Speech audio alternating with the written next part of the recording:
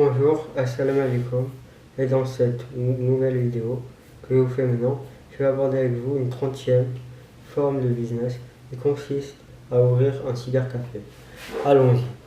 Que ce soit à Paris ou à Alger ou dans d'autres grandes villes ou capitales, dans la majorité des individus ont un ordinateur chez eux.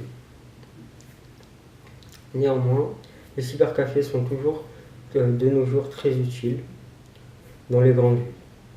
Que ce soit par exemple suite à une panne ou pour accueillir des groupes en voyage ou des groupes de geeks ou de gamers. Ou même parce qu'il faut imprimer, dans certaines situations, il faut imprimer un document en urgence et à la dernière minute. Dans ce genre de situation, les cybercafés se révèlent et sont de précieux supports.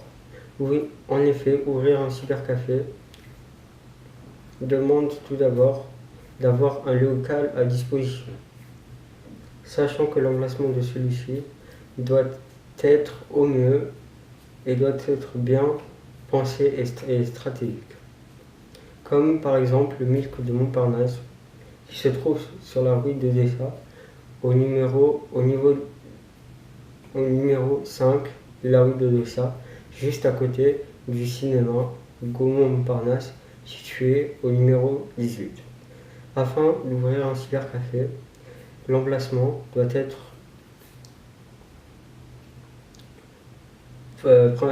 idéalement proche des universités et d'autres lieux qui permettront de lui apporter beaucoup de monde.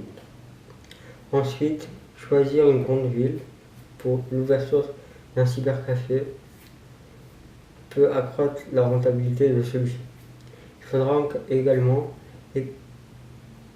pour ouvrir un cybercafé, vous équiper d'un matériel de qualité pour que vos clients puissent surfer sur Internet dans de bonnes conditions. Vous pourrez par la suite facturer l'utilisation d'Internet à l'heure ou à la demi-heure, ou au quart d'heure. Et pour certains à la journée, ou à la demi-journée. Par ailleurs, vous pourrez aussi proposer à la vente des produits divers tels que des beignets, des cafés, des boissons froides ou énergisantes, des repas préparés, étouffés, ou même des gâteaux ou autres produits du même type. Sachant que ce type de produit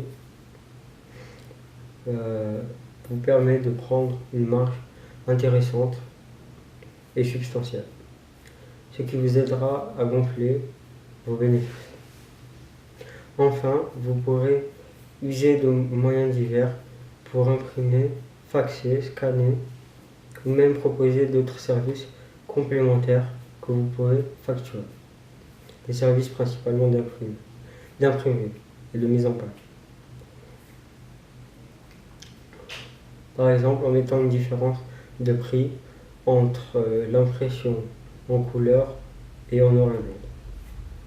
Ce qui serait en plus, c'est d'avoir des heures d'ouverture assez tardives, pour permettre aux étudiants, par exemple, de passer dans votre cybercafé.